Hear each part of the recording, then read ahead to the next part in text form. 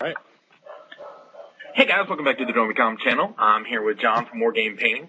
We're sitting around chilling, and after all the PMs I got from everyone saying that the random gibberish segments that I did with Smurf were incredibly helpful, evidently there must be tons of you out there painting like John is right now.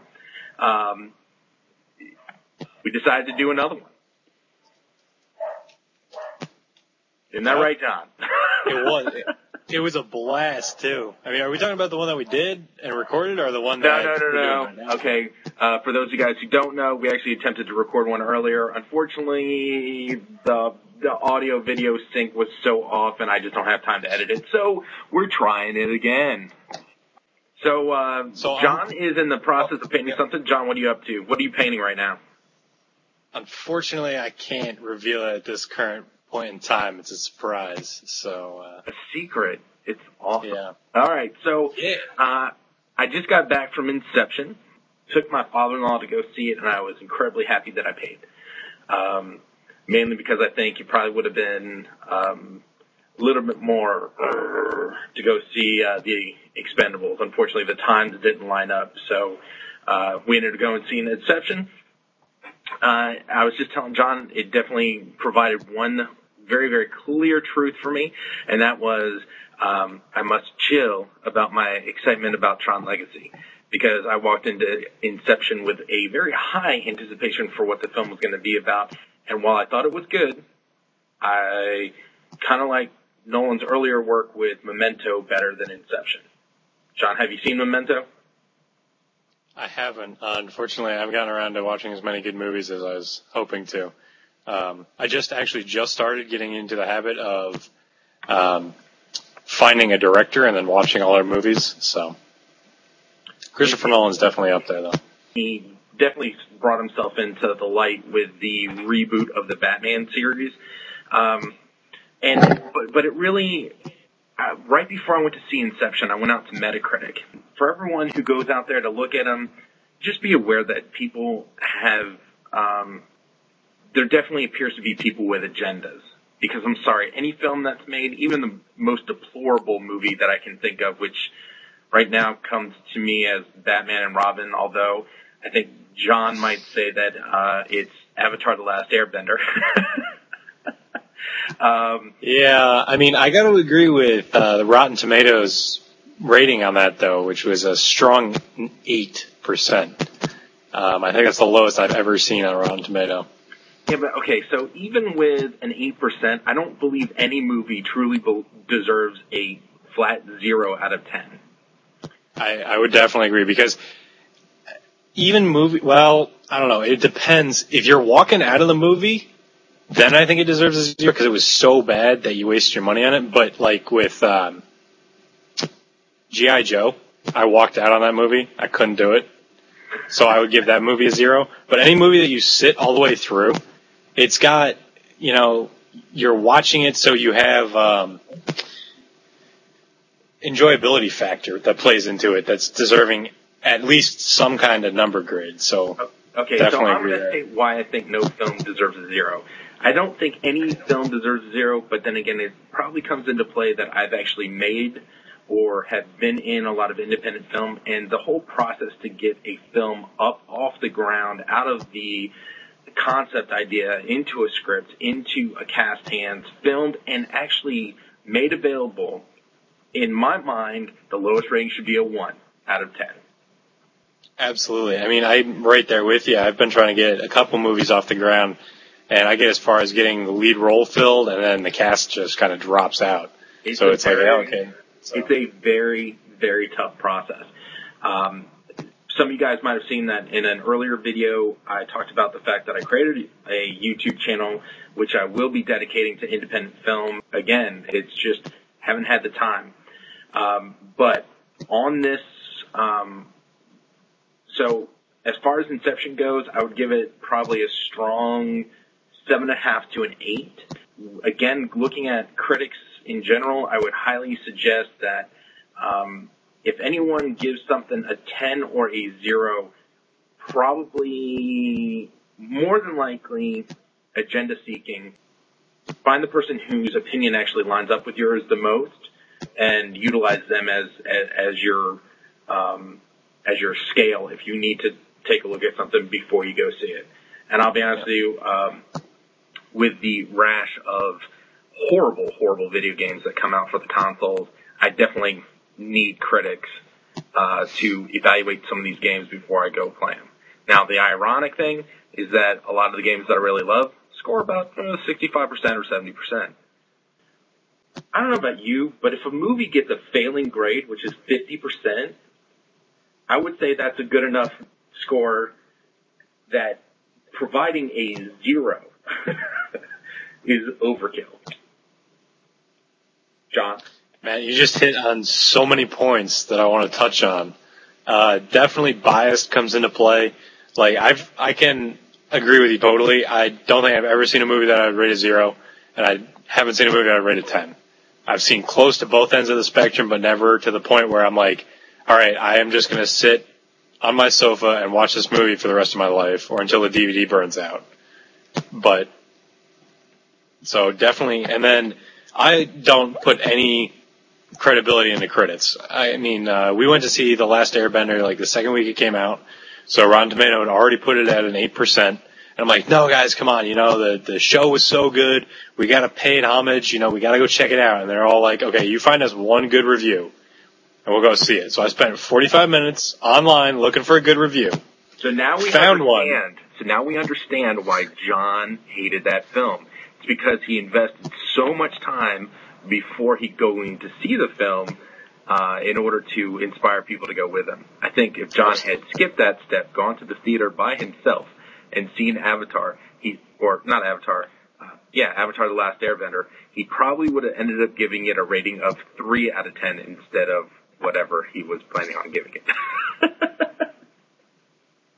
Yeah, I could see that. Maybe a 3 is a little bit too much. I'd give it a 2 as opposed to like a 0.5, but definitely where you're coming from. So I always try to be the kind of guy who's just like, don't believe reviews, Toy Story, I think on Rotten Tomatoes has something ridiculous like a 99%. It was good, not a 99%. So, I would actually say that Toy Story 3 was probably, for me personally, I don't get to the point where I feel like my statement goes all the way across. Case in point, I showed you guys Archon, which is a game I thoroughly love, but I recognize my bias, and in my review of it, I said if you hadn't had, some kind of childhood attachment to the game, that it probably deserves a 7.5.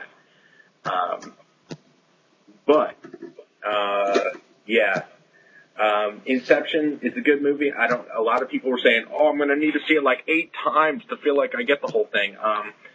Probably not required. 8 times might be way overkill. But yeah, again, especially with movie prices now. Oh yeah. I mean, again, if you like Nolan's Memento, which was, I thought, a fantastic movie. If you enjoyed that film, you probably went to see it twice, at least. I don't want to give anything away, so I'm just going to leave it at that. We'll find some clips and put some links around here so you guys can see kind of like the trailer for Memento. If you're of the age, let's say 16 or higher, go take a look. If you're under 16, I'd wait, because I don't think you'll get as much out of it. And then the other point I wanted to bring up is a lot of crap gets dished out to video game movies. Have you seen the Prince of Persia movie? I haven't seen the Prince of Persia movie, but I was never a fan of the game. I admit full-heartedly that I have played Prince of Persia and cannot master wall running, which makes that game completely complicated to play when you can't do it. Then even more so, I need to suggest you to go see this movie, rent it, Netflix it, something like that, because they did such a great job with that movie. They made it stand out enough as just a movie, so it was barely tied to the actual video game, like the characters' names, name of the places, stuff like that, where you could be like, okay, cool, I can get into this because I like the video game, but it stood out as its own independent movie. enough where it was like, wow, that was a really good movie. And so being a fan of Prince of Persia, putting those two together, I thought it was a great, great movie. And I'm going to be confident and say it was the best video game movie I've ever seen. Okay. So, I mean, talking that one up. Movie. Now, when we say best video game movie, can we pick a movie that inspired a video game, so it wasn't like the game came first? James Cameron's Avatar made a video game after it. Yeah, so when you're saying the best video game movie, you're saying the game came before the movie came. Right, there you go. Yeah. Okay. Yeah. For me, Arkham Asylum came out too. What? Arkham Asylum came out after Dark Knight, and that movie was really good. So yeah. So we're definitely not making that statement. For this first part of the segment, because we'll probably break this up into two parts, if you guys have a video game movie that you think is awesome, leave it in the comments below. I want to know what they are. For me, I'm going to pull something way back from way long ago, and I'm going to say The Last Starfighter. Well, no, because they created The Last Starfighter after the movie came out, right? The best video game movie ever. Doom. You know what? I'm going to say Doom. No, you're not. Yeah, don't joke. Don't joke. I am going to say Doom, but the reason I'm going to say Doom is not. I have way more reasons than just that. My wife loved it, and it was actually an anniversary present I gave her for our second anniversary. Was the DVD of Doom, and she got me the DVD of Dune. That's a good movie. And, fantastic, especially when you get the director's cut and you see all those clips beforehand and actually get the extended version, so you, why people do what they do is actually making sense, Okay, yep. Now we're going to jump into something called the 40K segment, because there's a lot of people out there that are all upset that I'm not doing 40K videos all the time. So this segment is for you. And what are we going to bring up as the 40K topic of the moment? We're actually going to compare and contrast just a little bit here with fantasy and 40K. I think I got the man here. If you guys have not been seeing over at Wargame Painting, they've been doing a fantastic job with every army book for Warhammer Fantasy. If you guys are getting into that and don't know which army to pick or don't know which units to take within that army, especially with 8th edition rules come out, if they haven't actually released every single video yet, they will. Their goal is to review, John's goal is to review every single Warhammer Fantasy army book. How far along are you guys on that? I think we're just over halfway. I think we crossed just over halfway. Okay, so the topic for 40K that we're going to be talking about is why 40K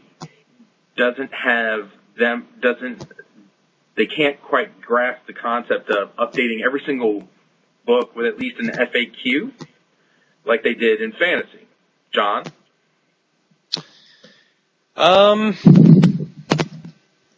Geez, that's a really tough question. I don't know why they don't do it. Do you think they could do it? Let's not talk about them. With 40K, they're in a unique situation where they actually have, Space Marines and the 4 other books that are on their more dedicated things, and those books don't align with what armies can take what things, right? Like Black Templars, none of the new stuff that's come out, Black Templars can't touch. So if they were just going to release FAQs across the board, could they do one of two things? Either A, well, there's no new rule set, so could they actually do a balancing with FAQs? I think that, could they balance all the books with an FAQ? Absolutely. I think that they would, as opposed to bring down the books that they've released, I think they would bring everybody else up to a level. So like, Black Templar, we get Storm Ravens, they get, Psychic Dreadnoughts, I don't know, they would get stuff that would put them on par with everybody else. Psychic Dreadnoughts, considering they don't have librarians yet. All right. Stuff like that. Give chaos, uber cheesy stuff that kills everybody. Trying to think of who isn't broken at the moment. I don't know about you, but from a fluff perspective, I kind of wish that if you removed every other army and the only two that you started with was Space Marines and Chaos Space Marines, just these two armies, okay? I kind of wish it was the case where Space Marine stuff would be cheaper point-wise and Chaos Space Marines would be a little bit more powerful and maybe have a little bit of so they wouldn't be quite as cheap, and they would have an unreliability factor that is inherent with the fact that they have lost their minds and they're working with chaos. I think just from that perspective, I think that would be an interesting way to handle it, right? Because if you really look at the Horus Heresies and all that kind of stuff, you had these Space Marine armies that turned on one another and they killed their own brothers, so each one of those chapters that ended up falling to chaos would be smaller, hypothetically anyways, than the chapters that did not fall, because they didn't lose 50% of their brothers, right? Yes, we're ready to eat right now. So, we're going to have to come back for part 2. John, I'm going to have to talk to you later. Absolutely, man. Hit me up. It's dinner. Later. Bye. Peace, guys. Bye.